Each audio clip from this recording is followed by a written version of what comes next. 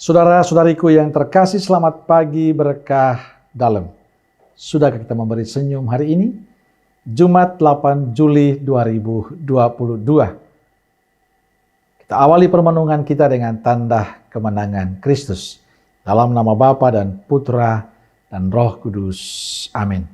Permenungan kita diambil dari Injil Matius bab 10 ayat 16 sampai 23.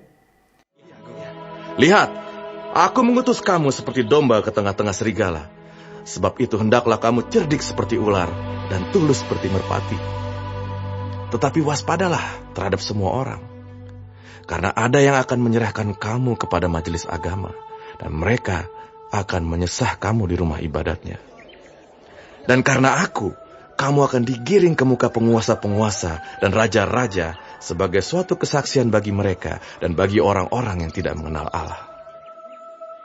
Apabila mereka menyerahkan kamu, janganlah kamu khawatir akan bagaimana dan akan apa yang harus kamu katakan.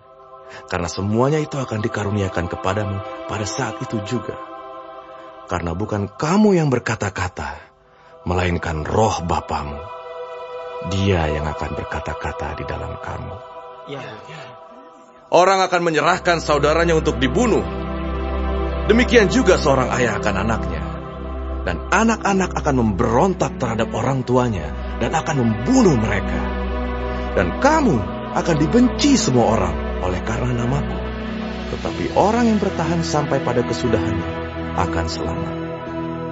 Apabila mereka menganiaya kamu dalam kota yang satu, larilah ke kota yang lain. Karena aku berkata kepadamu, sesungguhnya sebelum kamu selesai mengunjungi kota-kota Israel, Anak Manusia sudah datang. Saudaraku terkasih, pada permenungan hari ini saya ingin mengajak kita meluangkan waktu sejenak mendoakan para konfrater kami.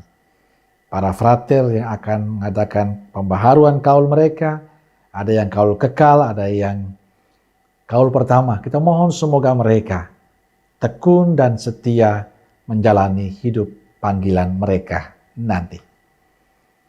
Saudara yang terkasih, kutipan Injil menarik hari ini. Janganlah kalian khawatir akan bagaimana dan akan apa yang harus kalian katakan. Karena semuanya itu akan dikaruniakan kepadamu pada saat itu juga. Saudaraku yang terkasih, kutipan Injil hari ini sangat saya rasakan pada saat saya menjadi imam muda saat itu. Tahun 2004. Ada kecemasan. Ada ketakutan, ada kekhawatiran. Mau ngomong apa bila berhadapan dengan orang-orang yang lebih tua, yang lebih berpengalaman, para katekis zaman itu yang punya pengalaman begitu luar biasa. Apa yang saya mau katakan dengan mereka? Pada saat itu masih sangat muda, tentu tidak punya pengalaman berhadapan dengan situasi yang seperti itu. Maka yang saya pilih adalah dalam mengawali setiap kegiatan saya adalah doa. Dan saya selalu meminta kepada Tuhan supaya membantu, menolong saya. Apapun kegiatan yang saya lakukan, saya awali dengan doa. Dan semuanya menjadi indah. Doa membuat saya tenang.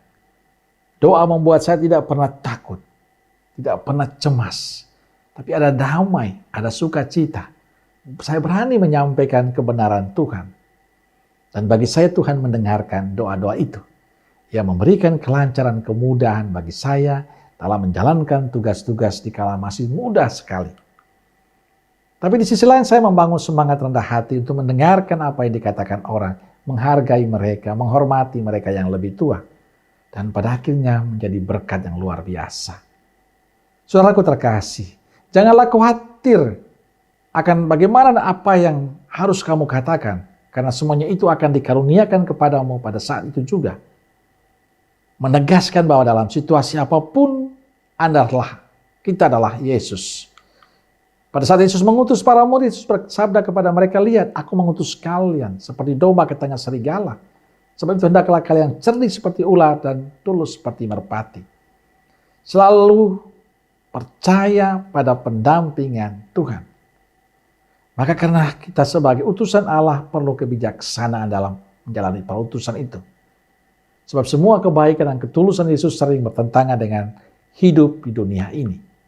Yesus mengajarkan kebaikan, kebenaran, ketulusan, keadilan.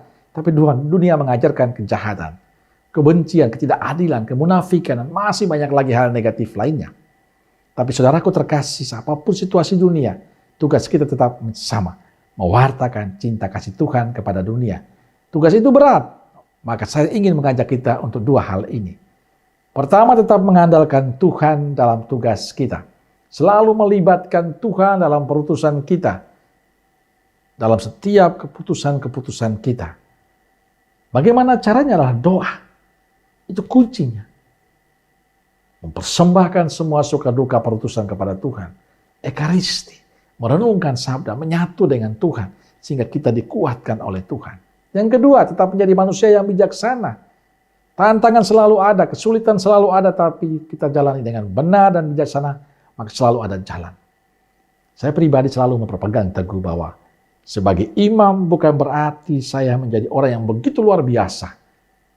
Sebagai imam hendaknya tetap menjadi pribadi yang rendah hati, pribadi yang mau mendengarkan, pribadi yang selalu membangun relasi dengan sesama dan tentu dengan Tuhan, sehingga berkat itu melimpah untuk siapapun juga. Tetaplah mengandalkan Tuhan dan bijaksana dalam tugas perutusan kita masing-masing. Amin. Semoga Allah yang Maha Kasih memberkati kita semua, Bapa, Putra, dan Roh Kudus. Amin. Roh Kudus Nazaret, doakanlah kami. Amin. Berkah dalam.